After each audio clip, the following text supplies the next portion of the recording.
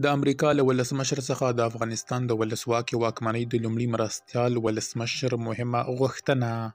امرالله صالح له ډونالډ ټرمپ څخه د زلمي خلیلزاد په اړه څنګه غوښتنه کړې او د ښاغلي صالح غوښتنه به ښاغلی ټرمپ ومني؟ بشپړ جزئیات په ویډیو کې تر پایه وګورئ. پاتمنو لیدونکو ستړي مه شئ.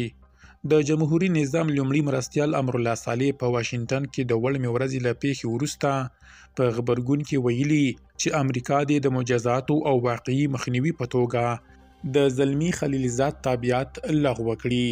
هغه وایي زلمي خلیلزاد د امریکا ته بدنامي او افغانستان ته ویجاړي راوړي دي او د تابعیت په لغوه کېدو سره به یې د افغان توکمه امریکایانو راتلونکی نسل پوه شي چې د خیانت بیه څه ده.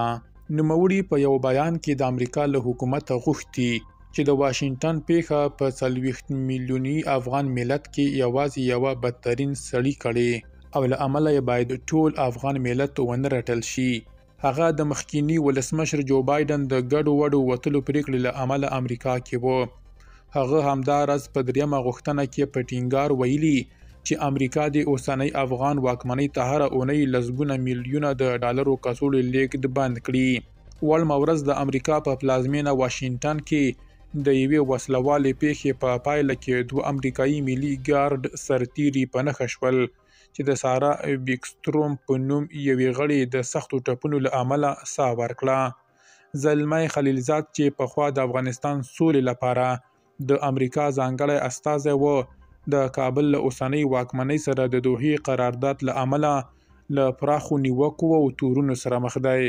هغه په بلخ کې زیږېدلی او وروسته د زده کړو لپاره امریکا ته لاړ چې په وینا یې امریکا پرې باور وکړ او د تابعیت سربیره یې هغه ته په سیمه کې د یو مهم ډیپلوماټ په توګه ماموریتونه ورکړي.